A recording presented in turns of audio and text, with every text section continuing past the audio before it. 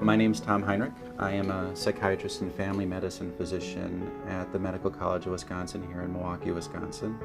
I am a teacher, a researcher, and a clinician. I work at our major academic hospital called Frederick Hospital here, where I teach and see patients. An academic physician divides their time in many different areas. We teach medical students who are right out of college and studying to be a physician. We teach residents. We see patients as well. We do research. We study patients and illnesses in a way to improve healthcare and to improve outcomes. So to become a psychiatrist, it's a long road. So after high school, you go on to college. There are core requirements you have to take in order to get in medical school while you're in college. You also have to take this test called Medical College Admissions Test, the MCAT you take while you're a junior in college. And then you apply to medical schools, and they look at your grades and your extracurricular activities while you're in college in addition to this test.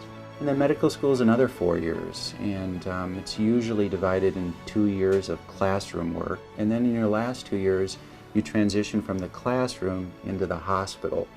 And that's, for example, where I teach medical students, and that's where they learn to actually care for patients. And you do rotations in medicine and in surgery and in psychiatry, kind of experience what it's truly like to be a physician. If you want to do psychiatry, you do a residency in psychiatry, and that residency is, in general psychiatry, is 4 years in duration. So 4 years of college, 4 years of medical school, and then 4 years of residency.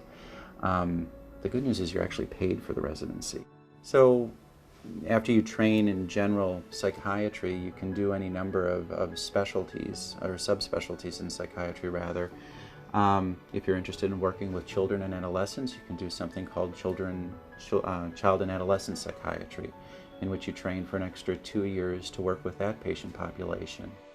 If you like law and order, you can do forensic psychiatry and work with patients in the criminal system, doing evaluations if somebody is competent to stand trial, and do kind of interesting things like that. If you like working with medically and surgically ill patients, like I do, you do a fellowship called Consultation Liaison Psychiatry or General Hospital Psychiatry. And then you work with patients who have just suffered heart attacks or been in motor vehicle accidents and have had bad trauma, and work with their kind of acute psychiatric needs at the time. It's a lot of fun, lots of different things to do. A lot of people get a psychologist and a psychiatrist confused, and we do a lot of very similar things, but the training is different. Psychiatrist is what I am. We go to medical school. We're medical doctors. We train in the physiology of the body and how the body functions. As a result, we can prescribe medications. Psychologists, they go to graduate school and study psychology or psychiatry and get their PhD, and that's how they function. They, in most states, can't prescribe medications and tend to do therapy and tend to do those kind of curative and treatment-based therapies.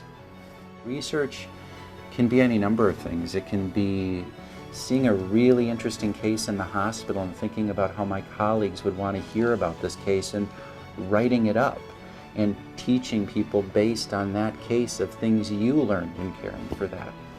That's research. It really varies. It's all education.